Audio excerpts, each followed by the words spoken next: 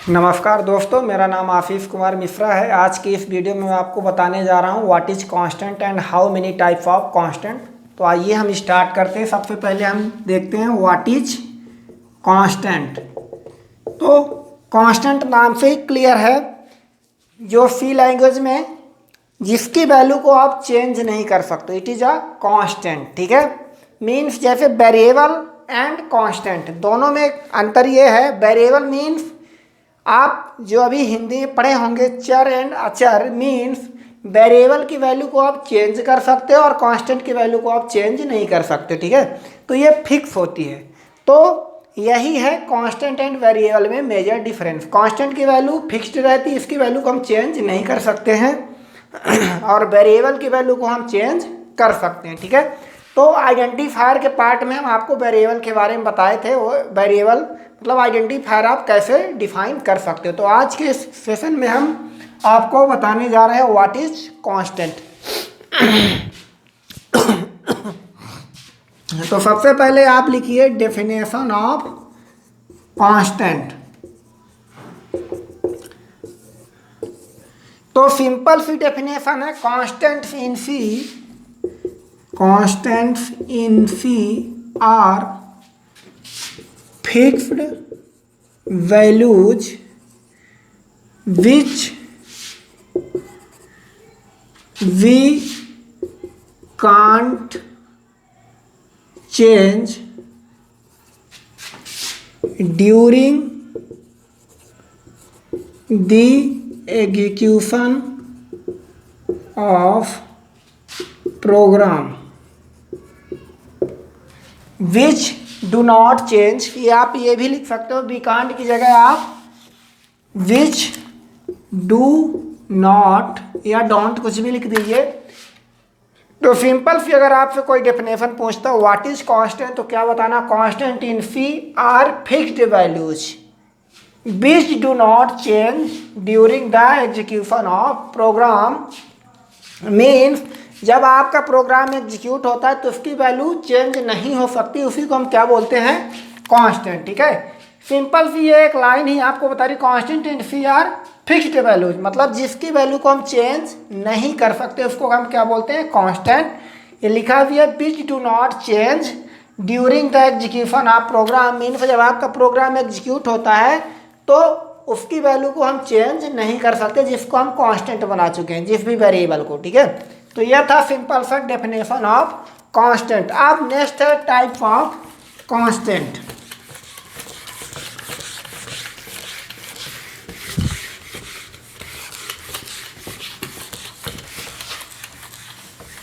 तो अब next types of constant में देखिए कितने टाइप्स के होते हैं। टाइप्स ऑफ कांस्टेंट जनरली दो टाइप के कांस्टेंट होते हैं। पहला होता है न्यूमेरिक कांस्टेंट, और second character constant.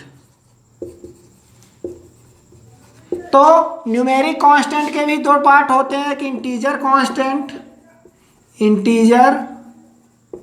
Constant and floating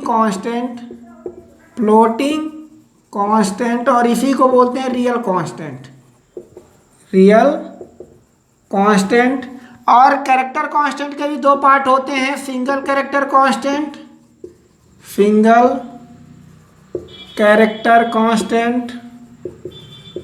and string constant.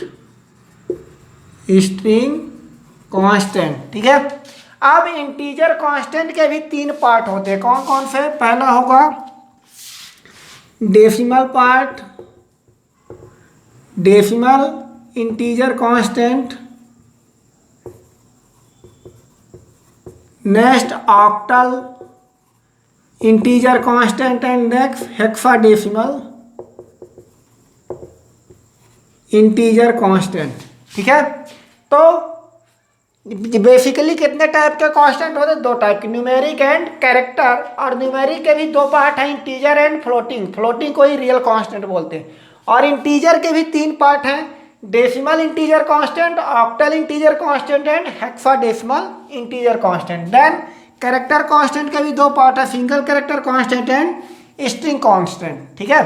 तो अब हम बारी बारी समझ लेते हैं कि किसको इंटीजर कांस्टेंट बोलते हैं, किसको फ्लोटिंग या रियल कांस्टेंट बोलते हैं, किसको सिंगल कैरेक्टर कांस्टेंट बोलते हैं, किसको स्ट्रिंग कांस्टेंट बोलते हैं, ठीक है, और कैसे डिफाइन कर सकते हैं। तो सबसे पहले क्या है न्यूमेरिक कांस्टेंट।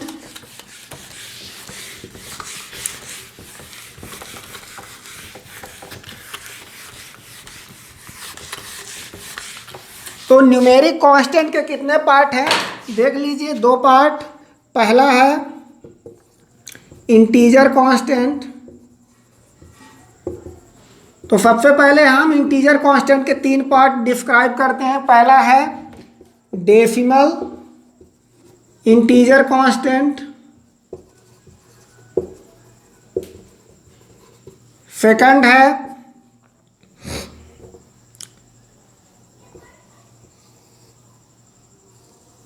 आपका octal integer constant and third है हेक्साडेसिमल इंटीजर कांस्टेंट, ठीक है। तो अब डेसिमल इंटीजर कांस्टेंट कैसे बनाते हैं और इसकी मिनिमम और मैक्सिमम वैल्यू क्या है, मीन्स इसमें हम 0 to 9 ले सकते हैं वैल्यू। जैसे कि अगर हम 23 दे रहे हैं तो ये भी कांस्टेंट है, किस टाइप का है, 0 से लेके 9 के बीच की नंबर है, तो ये डेसिमल इंटीजर कांस्टेंट, इसका बेस क्या होगा 10 होगा, ठीक है। ऑक्टल में हम कहाँ से ले सकते हैं 0 to 7 और इसका बेस क्या होगा 8 होगा। और हेक्साडेसिमल में कहाँ से ले सकते हैं 0 to 9 और A to F, A to ये तो स्मॉल A to F हो सकता है या तो कैपिटल A to F, आप इसके और इसके बीच में, और इसका बेस जो होता है 16 होता है, क्या होता है 16। तो ध्यान देने वाली बात है कैसी वैल्यू को आप क्या बोलोगे, मीन्स अगर 23 है तो आप क्या बोल रहे हो, it is a decimal integer constant है, न्यूमेरिक कांस्टेंट का ही पार्ट, लेकिन इसको आप पर्टिकुलर क्या बोलोगे डेसिमल इंटीजर कांस्टेंट। अगर 23 है, -23 है तो ये भी डेसिमल इंटीजर कांस्टेंट ही बोला जाएगा। 1 2 3 4 है, ये भी डेसिमल इंटीजर कांस्टेंट ही बोला जाएगा। लेकिन अगर यही हम -2.3 कर दें तो it is a not decimal integer constant, क्योंकि ये पॉइंट में है, फ्लोटिंग नंबर है, ठीक है। तो ये इनवैलिड माना जाएगा, ये तीनों क्या हैं वैलिड है। तो ये हुआ डेसिमल इंटीजर कांस्टेंट, मतलब आप 0 से लेकर 9 के बीच में नंबर ले सकते हैं विदाउट फ्लोटिंग, ठीक है।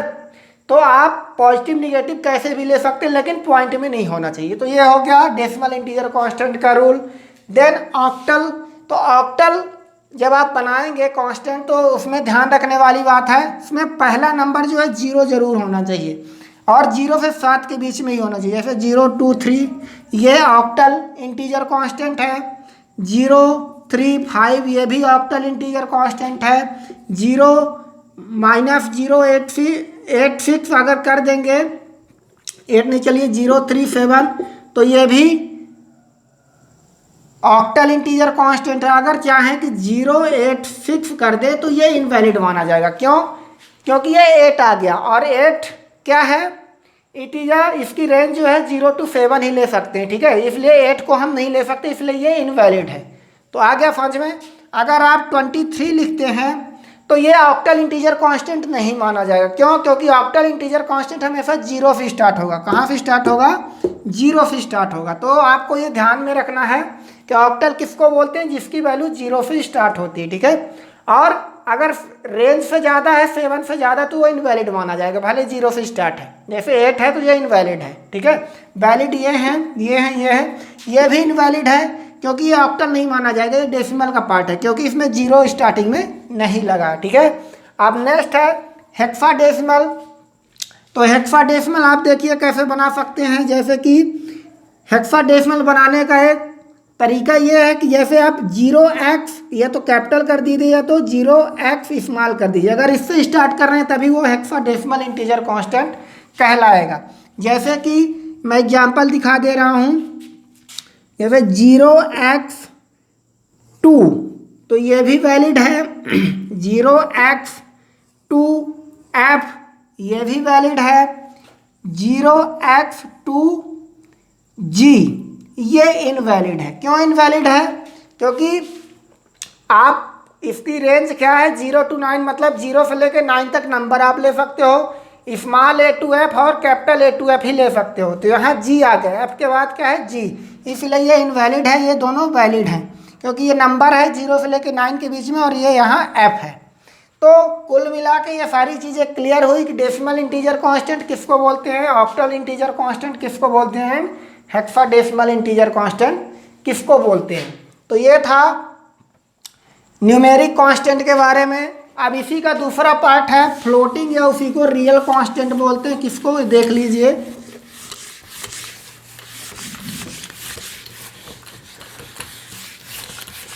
नेक्स्ट है रियल कांस्टेंट।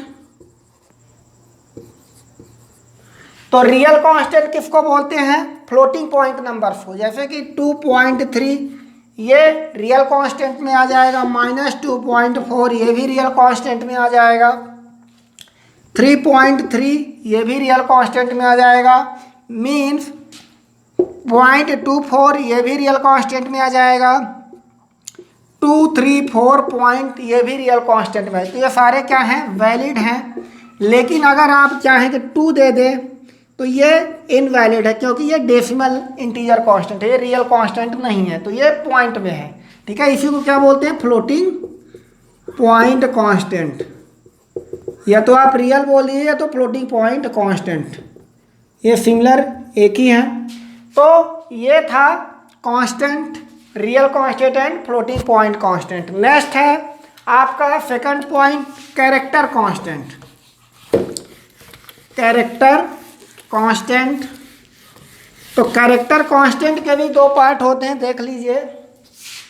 सेकंड पॉइंट है कैरेक्टर कांस्टेंट। कैरेक्टर के कितने पार्ट है, 2, सिंगल कैरेक्टर कांस्टेंट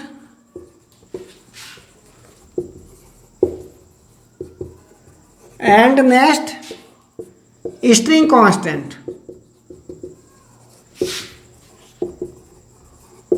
तो देख लीजिए, सिंगल कैरेक्टर कांस्टेंट आप किसको बोलोगे, जैसे सिंगल कोट के अंदर ध्यान देना एक ही कैरेक्टर होना चाहिए, उसी को हम बोलते हैं सिंगल कैरेक्टर कांस्टेंट। ये कहीं कोई भी नंबर आप ले सकते हो, जैसे कि ये अल्फ़ाबेट है सिंगल कोट के अंदर, 1 ये भी कैरेक्टर कांस्टेंट है, 0 ये भी है, हैश ये भी है, /0 ये भी है।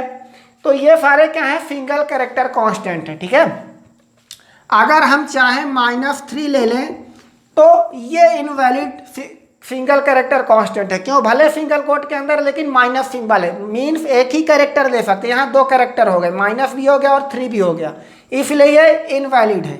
ये क्या है, इनवैलिड, और ये सारे क्या हैं, वैलिड हैं।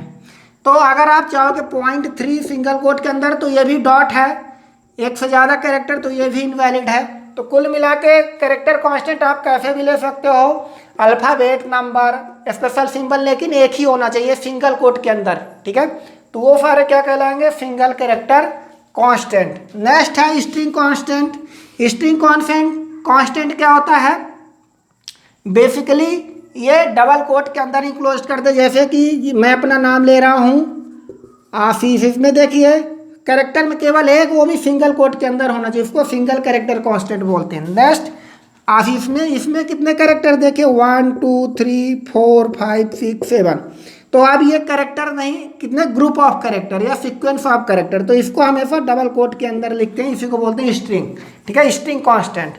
तो ध्यान देने वाली बात है, एवरी कैरेक्टर कांस्टेंट कितना बाइट का स्पेस लेता है, 1 बाइट, और एवरी स्ट्रिंग कांस्टेंट कितने बाइट का स्पेस लेता है, जैसे कि ये 1 है, तो अगर आप कैरेक्टर काउंट करेंगे 1 2 3 4 5 6 7, लेकिन इसमें /0 ऑटोमेटिकली ऐड हो जाता है क्योंकि ये बताता है स्ट्रिंग यहाँ से क्लोज हो चुकी है। ठीक है, तो /0 के लिए भी एक स्पेस होता है, इसलिए एवरी स्ट्रिंग कांस्टेंट कितने बाइट का स्पेस लेता है, 2 बाइट।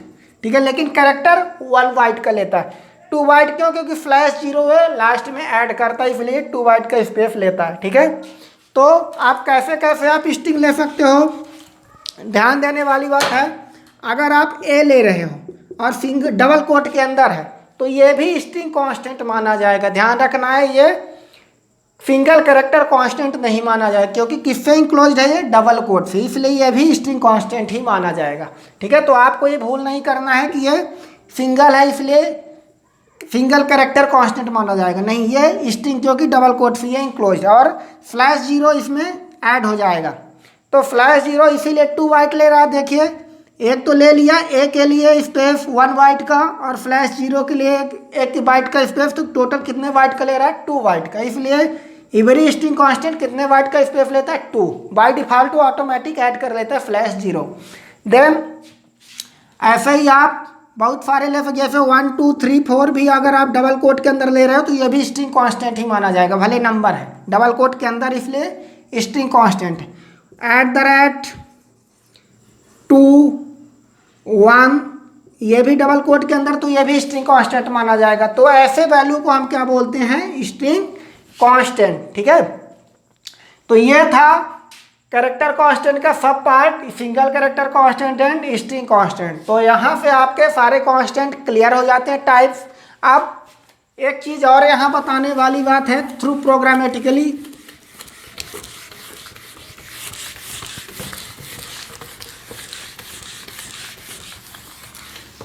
इसमें सिंबॉलिक कांस्टेंट भी होता है, आप इसको थर्ड पार्ट भी बोल सकते हैं, सिंबॉलिक कांस्टेंट। सिंबॉलिक कांस्टेंट क्या होता है, जैसे कि आप हैज डिफाइन, ये प्री प्रोसेसर डायरेक्टिव है, जैसे आप A10, तो ये जो है सिंबल है, क्या है, सिंबल है, और इसकी वैल्यू क्या मानी जाएगी, 10। मीन्स अगर आप एक प्रोग्राम बनाते हैं तो यहाँ 2 हेडर फाइल लगाएंगे, studio conio, then main function. इसको प्रोग्राम के थ्रू हम समझा दे रहे हैं, ज़्यादा अच्छे से क्लियर हो जाएगा। देन अगर आप इंट AB ले रहे हैं, A की वैल्यू 2 है, B की वैल्यू 3 है, और A = A+B हम कर रहे हैं। चलिए ऐसे नहीं, आप A की वैल्यू 2 ले लीजिए और यहाँ C और यहाँ A और यहाँ C, then printf %d C, then get ch। तो ध्यान देने वाली बात है, यहाँ जो वैल्यू आएगी, यहाँ आपको हेडर फाइल में क्या लगाना, hash include stdio.h, then hash include conio.h। ये कंप्लीट प्रोग्राम हो गया। तो हैज डिफाइन ये प्री प्रोसेसर डायरेक्टिव होती है, प्री प्रोसेसर डायरेक्टिव, ये बेसिकली यूज की जाती है सिंबॉलिक कांस्टेंट बनाने के। मीन्स अगर A की वैल्यू हमें यहाँ 10 दे दिए हैं, तो अब हम इसकी वैल्यू को चेंज नहीं कर सकते, जहाँ हम नीचे प्रोग्राम में A यूज करेंगे वहाँ वैल्यू क्या मानी जाएगी, A की 10। तो अब देखिए यहाँ 2 वेरिएबल A और C, तो A की वैल्यू 2 दे दिए हैं और C इसलिए लिए क्योंकि स्टोर करा रहे हैं, तो A+A, ये A स्मॉल A की वैल्यू क्या थी, 2, और ये कैपिटल A की वैल्यू यहाँ से फेच होगी, तो A की वैल्यू क्या थी, 10, तो 2 + 10 कितना होगा, 12 स्टोर होगा C में, तो यहाँ C प्रिंट हो जाएगा। तो इस लाइन का आउटपुट क्या आएगा, 12। मीन्स जहाँ प्रोग्राम में आप नीचे A यूज करोगे वहाँ A की वैल्यू क्या मानी जाएगी, कैपिटल A की वैल्यू क्या मानी जाएगी, 10। तो ये हुआ सिंबॉलिक कांस्टेंट, इसको क्या बोलते हैं, सिंबॉलिक कांस्टेंट। अब एक है कांस्ट कीवर्ड, तो ध्यान देने वाली बात है इसमें। तो ये हुआ सिंबॉलिक कांस्टेंट। आप कांस्ट कीवर्ड के थ्रू आप कैसे प्रोग्राम बना सकते हो उसको भी देख लीजिए। तो जैसे पुनः हम वही प्रोग्राम रिपीट कर रहे हैं, तो एक कीवर्ड होता है सी लैंग्वेज में कांस्ट इंट A = 2, तो यहाँ A की वैल्यू 2 है लेकिन कांस्ट कीवर्ड लगा दिए। मीन्स अब हम इसको A की वैल्यू को नीचे चाहें तो चेंज नहीं कर सकते। यहाँ अगर प्रिंट कराना चाहेंगे printf %d, तो यहाँ जो A की वैल्यू आएगी वो 2 आएगी। अगर यहीं हम चाहें A की वैल्यू 50 दे दें, फिर printf कराएं printf %d, तो अब यहाँ एरर देगा। क्या देगा इस लाइन में, एरर, क्योंकि A की वैल्यू हम दोबारा प्रिंट कराना चाह रहे हैं 50, लेकिन A को हम क्या बना दिए हैं यहाँ, कांस्टेंट, कांस्ट कीवर्ड की, ये कांस्ट कीवर्ड CONST। तो अब हम A की वैल्यू को नीचे नहीं चेंज कर सकते, इसलिए इस लाइन में क्या आएगा, एरर आएगा। तो ये हुआ कांस्ट कीवर्ड का यूज और हैज डिफाइन का use, has define symbolic constant बनाते हैं। और पर्टिकुलर आप किसी वेरिएबल को जिसकी वैल्यू को आपको फिक्स करना है, मतलब प्रोग्राम में कहीं भी चेंज ना हो, तो उसके पहले आप कांस्ट कीवर्ड लगा देते हो डेटा टाइप के पहले। तो ये था all about total process of constant. यहाँ से आपके कांस्टेंट के सारे जो टाइप्स हैं क्लियर हो जाते हैं। कहीं भी अगर आपको डाउट है तो आप कमेंट बॉक्स में या तो हमको यूट्यूब के माध्यम से कमेंट कर दीजिए। और मेरा व्हाट्सएप नंबर है ये 9340809268। यहाँ से भी आप इंफॉर्मेशन ले सकते हो अगर आपको कुछ भी चीज़ें समझ में नहीं आ रही। तो आज के इस वीडियो सेशन में इतना ही। धन्यवाद।